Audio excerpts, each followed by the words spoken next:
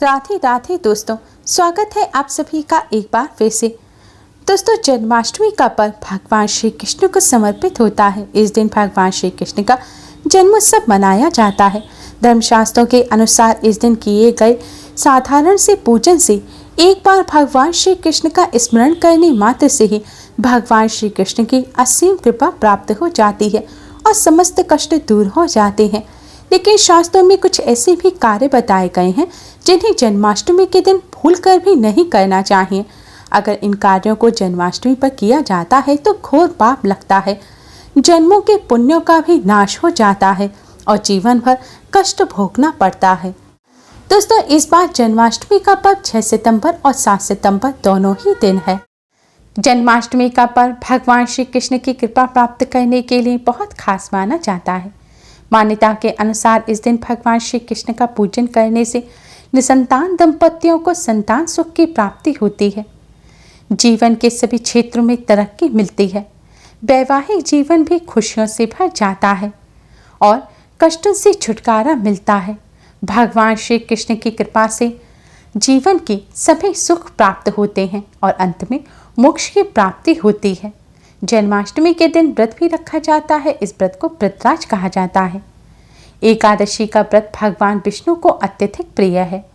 एकादशी व्रत के पुण्य का वर्णन करना भी मुश्किल है, लेकिन दोस्तों, जन्माष्टमी का व्रत रखने मात्र से ही 1000 एकादशी व्रत रखने के बराबर पुण्य फल प्राप्त होता है, इसलिए इसे व्रतराज कहा जाता है। जन्माष्टमी के दिन भगवान श्री कृष्ण का पूजन करने के साथ ही कुछ बातों का ध्यान रखना चाहिए। वैसे तो भगवान श्री कृष्ण बेहद दयालु हैं और थोड़े से प्रयास से ही अपने भक्तों से प्रसन्न हो जाते हैं और उनकी हर मनोकामना पूरी कर देते हैं। लेकिन फिर भी जन्माष्टमी की पूजा में कुछ नियमों का ध्यान रखना ज़रूरी होता है। कुछ बातों की अनदेखी कर देने से आपको श्री कृष्ण की पूजा का संपूर्ण फल प्राप्त नहीं होगा, साथ ही आपका व्रत भी अधूरा रह जाएगा। जन्माष्टमी के दिन सुबह सुबह उठकर स्नान करने के पश्चात हाथ में शुद्ध जल लेकर व्रत का संकल्प करें।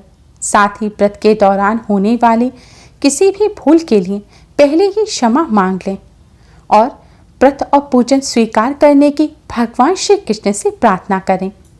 जन्माष्टमी का दिन भगवान श्री कृष्ण की कृपा प्राप्त करने के लिए बहुत खास माना जाता है, इसलिए इस दिन पूर्ण ब्रह्मचर्य का पालन करना चाहिए, जिससे आपका मन कान्हा की भक्ति में लगे और आपका शरीर भी शुद्ध रहे।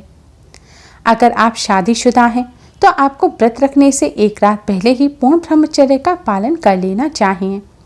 विशेष तौर पर एक रात पहले 12 बजे के बाद से ही आपको ब्रह्मचर्य का पालन करना चाहिए और जन्माष्टमी के अगले दिन सूर्य उदय के बाद जब आप व्रत का पालन करें तब तक आपको ब्रह्मचर्य का पालन करना चाहिए। जन्माष्टमी पर प्रातःकाल ही भगवान श्री कृष्ण को स्नान कराकर उनका श्रृंगार करना चाहिए और धूप दीप जलाकर भगवान श्री कृष्ण का पूजन करें, आरती करें। संध्या काल के समय भी दीप जलाकर भगवान श्री कृष्ण की आरती अवश्य करनी चाहिए। लेकिन जब रात्रि में भगवान श्री कृष्ण का आप जन्मोत्सव मनाएं तब उससे पहले आपको स्नान अवश्य ही करना है और स्नान करके स्वच्छ वस्त्र पहने। याद रखें, काले रंग के कपड़े ना पहने। इस दिन काले रंग के कपड़ों को पहनने से परहेज करना चाहिए। शास्त्रों के अनुसार पूजा में काले रंग के कपड़े पहनना अशुभ माना जाता है, इसलिए जन्माष्टमी की पूजा में लाल या फिर पीले रंग के कपड़े पहनना चाहिए। जन्माष्टमी पर मध्य रात्रि के समय पूजन से पहले खीरा काटा जाता है।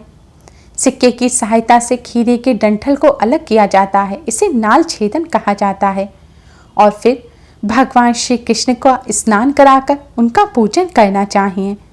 जन्माष्टमी व्रत और पूजन खीरे के बिना अधूरा है, इसलिए जन्माष्टमी के दिन खीरा दिन में भूलकर भी ना काटें। खीरे को पूजन के दौरान केवल रात्रि में ही काटना चाहिए।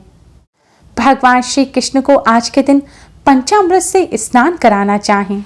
लड्डू गोपाल को आप पंचामृत से स्नान कराएं। पंचामृत यानी कि दूध, दही, शहद, घी और शक्कर, इन्हें आपस में मिला लें और इससे भगवान श्री कृष्ण को स्नान कराएं।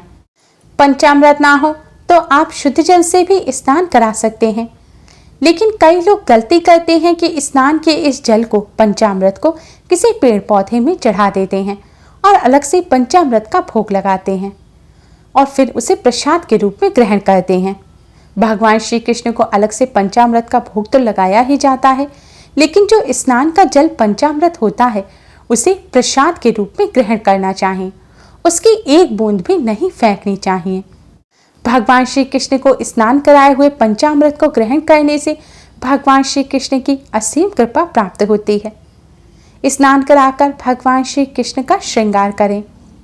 जन्माष्टमी पर भगवान श्री कृष्ण को माखन मिश्री का भोग विशेष तौर पर लगाया जाता है, लेकिन भगवान श्री कृष्ण का कोई भी भोग तुलसी पत्र के बिना अधूरा है। शास्त्रों के अनुसार जब तक भोग में तुलसी पत्र नहीं होता, भगवान श्री कृष्ण भोग को स्वीकार नहीं करते। इसलिए जन्माष्टमी पर आप जब भी भगवान श्री कृष्ण को भोग लगाएं तो उसमें तुलसी का पत्ता अवश्य रखें। जिस प्रकार आप अपने छोटे बच्चे को कभी भी अकेला नहीं छोड़ते, उसी प्रकार जन्माष्टमी के दिन लड्डू गोपाल को भी अकेला ना छोड़ें। जन्मोत्सव मनाने के बाद भी परिवार के किसी सदस्य को मंदिर के पास ही सोना चाहिए, वरना आपकी पूजा अधूरी मानी जाती है। अगर आप किसी मंदिर में जाकर भगवान श्री कृष्ण का पूजन कर रहे हैं और आपके घर लड्डू गोपाल हैं, तो आपको अपने लड्डू गोपाल को अपने साथ मंदिर लेकर जाना चाहिए। भगवान की पूजा में इस बात का ध्यान रखें कि भूल कर भी बासी फूल का प्रयोग ना करें। भगवान को कभी भी मुरझाए हुए फूल ना चढ़ाएं। ऐसे फूल चढ़ाना अच्छा नहीं माना जाता। ऐसे फूल चढ़ाना शास्त्रों में वर्जित बताया गया है। जन्माष्टमी को सभी व्रतों का व्रतराज बताया गया है। इस दिन मन को शांत रखकर पूजा में मन लगाएं और सच्चे मन से ईश्वर से प्रार्थना करें। इस दिन किसी तरह के बुरे विचार मन में ना लाएं और किसी से भला बुरा ना कहें। मान्यता है पूरे विधि विधान से पूजा करने से माँ लक्ष्मी भी प्रसन्न होती हैं और आपके घर में सुख समृद्धि आती है। कुछ लोग जन्माष्टमी का व्रत रखते हैं और रात्रि में भगवान श्री कृष्ण का जन्मोत्सव मनाकर व्रत का पारण कर लेते हैं, लेकिन ऐसी गलती ना करें। ऐसा करने से आपका व्रत अधूरा रह जाएगा और आपको व्रत पूजन का पूर्ण फल प्राप्त नहीं होगा, साथ ही दोष भी लगेगा। रात्रि में आप व्रत का भोजन जैसे कि कूटू, सवा के चावल इत्यादि आप खा सकते हैं, लेकिन व्रत का पारण आपको जन्माष्टमी के अगले दिन सूर्य उदय होने के बाद ही करना है। तभी व्रत पूर्ण होता है और कान्हा की कृपा प्राप्त होती है। अगर कोई व्यक्ति कृष्ण जन्माष्टमी का व्रत नहीं करते तो भी उन्हें सात्विक भोजन ही करना चाहिए। ऐसे लोगों को भी प्याज लहसुन से दूर रहना चाहिए। मान्यता है जन्माष्टमी की रात को महानिशा रात माना जाता है, इसलिए इस दिन ऐसा करने से पाप के भागीदार बनते हैं। इस दिन व्रत न रखने वालों को भी सात्विक भोजन ही करना चाहिए। श्री कृष्ण जी भगवान विष्णु के ही अवतार माने जाते हैं और तुलसी भगवान विष्णु को बेहद प्रिय है। ऐसे में कृष्ण जन्माष्टमी के दिन भूलकर भी तुलसी की पत्तियां नहीं तोड़नी चाहिए। पूजा में कृष्ण जी को अर्पित करने के लिए एक दिन पहले ही तुलसी के पत्ते तोड़कर रख लेने चाहिए, क्योंकि तुलसी के पत्तों को बासी नहीं माना जाता। कान्हा जी को गाय बेहद प्रिय है। बचपन में वे ग्वालों के साथ गाय चराने जाया करते थे, इसलिए जन्माष्टमी या फिर किसी भी दिन गाय एवं बछड़े को भूलकर भी नहीं मारना चाहिए, नहीं तो भगवान श्री कृष्ण को कष्ट होता है और वह रुष्ट हो जाते हैं। गायों की सेवा करने से भगवान श्री कृष्ण प्रसन्न होते हैं। भगवान श्री कृष्ण के लिए अमीर गरीब सभी भक्त एक समान हैं, इसलिए कृष्ण जन्माष्टमी के दिन भूलकर भी किसी का अनादर या अपमान ना करें। किसी भी गरीब का अपमान करने से श्री कृष्ण नाराज हो जाते हैं। जन्माष्टमी के दिन ना तो किसी जीव को सताएं, ना ही जीव हिंसा करें और ना ही पेड़ों को काटें। इस दिन पेड़ों को काटना, जीव हिंसा करना अशुभ माना जाता है। भगवान श्री कृष्ण हर चीज में बसते हैं और हर चीज उनमें बसती है, बल्कि हो सके तो इस दिन ज़्यादा से ज़्यादा पेड़ लगाएं। आप गौ माता के साथ ही चिड़ियों के लिए भी पानी रखें, पक्षियों को भी दाना डालें। ऐसा करने से भगवान श्री कृष्ण का आशीर्वाद मिलेगा और घर परिवार में सुख शांति बनी रहेगी। जन्माष्टमी पर अगर कोई जरूरतमंद व्यक्ति आपके घर कुछ मांगने आए तो उसे खाली हाथ ना लौटाएं।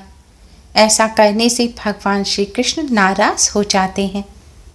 यथाशक्ति आप जरूरतमंद व्यक्ति की मदद अवश्य ही करें। दोस्तों, कृष्ण जन्माष्टमी का दिन भगवान श्री कृष्ण की कृपा प्राप्त करने के लिए बहुत ही खास महत्व रखता है।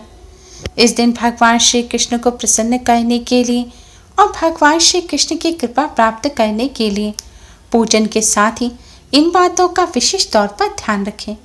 उम्मीद है आपको हमारी ये वीडियो पसंद आई होगी। प्लीज़ लाइक कर अपने फ्रेंड्स के साथ शेयर जरूर करें, जिससे वह भी इससे लाभ प्राप्त कर सके। हमारी और भी वीडियोस के लिए हमारे चैनल को सब्सक्राइब कर बेल आइकन को भी जरूर दबाएं। Thanks for watching. Radhe Radhe.